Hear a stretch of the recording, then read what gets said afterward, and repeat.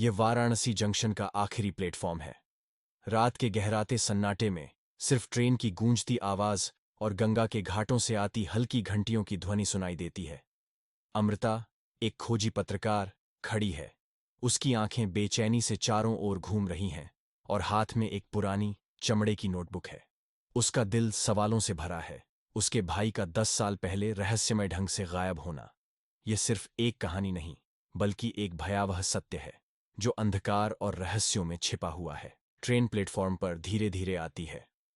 उसकी खिड़कियों पर लगी जालियां और जंग लगी पटरी समय की मार खाई हुई लगती है। जब अमृता ट्रेन के डिब्बे में चढ़ती है तो उसे वहां केवल कुछ ही यात्री मिलते हैं। उसमें से एक बूढ़ा आदमी जिसकी आंखें सफेद थीं और जो अपनी माला के साथ मंत्र पढ़ रहा था। एक युवा दुल्हन, लाल बनारसी साड़ी पहने, उसकी आंखों में दर्द और आंसू थे। और एक अधेड़ उम्र का आदमी जो एक पुराने अखबार को कांपते हाथों से पढ़ रहा था। इन सब के बीच ट्रेन का माहौल अजीब तरह से शांत और ठंडा था। ट्रेन अचानक एक लंबे और अंधेरे सुरंग में प्रवेश करती है। रोशनी झपकने लगती है और ठंडक बढ़ जाती है। दुल्हन ने धीरे से फुसफुसाते हुए कहा, वो आ गया। अमृता को दरवाजे के पास किसी के कदमों की धीमी आहट सुनाई दी। जब उसने डरते डरते देखा तो वहां एक काली परछाई गुजरी। बूढ़ा आदमी अब जोर जोर से मंत्र पढ़ने लगा, जैसे किसी शक्ति से लड़ रहा हो। दुल्हन सिसक रही थी और अधेड़ आदमी के हाथ से अखबार गिर गया। अमृता को अब एहसास होता है कि ये यात्री साधारण लोग नहीं हैं। दुल्हन रोते हुए कहती है, मुझे मेरे ससुराल वालों ने शादी की रात जहर दे दिया। बूढ़ा आदमी धीमे से कहता है, मुझे जमीन के लिए मेरे भाई ने कुएं में धकेल दिया। अधेड़ आदमी जोड़ता है, मुझे एक हिट एंड रन हादसे में मार दिया गया।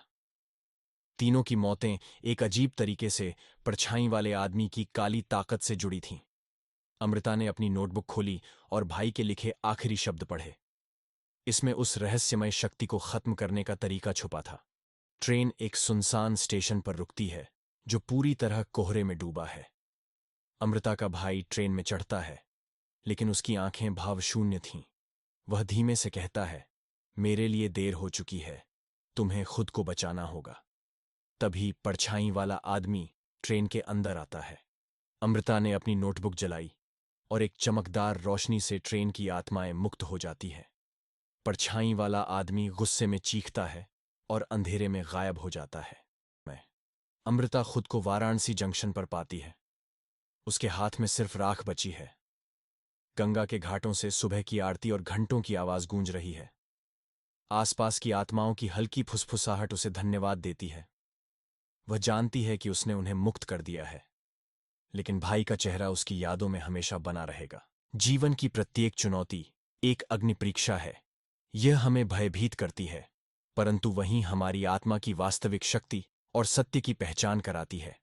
पथ चाहे कितना भी दुर्गम क्यों न हो, सत्य की राह ही हमारे अस्तित्व का सार है। चुनौतियों का सामना करें, अपने उद्देश्य को पहचानें और अपने कर्मों से ऐसा प्रकाश फैलाएं जो इस संसार को आलोकित कर सके।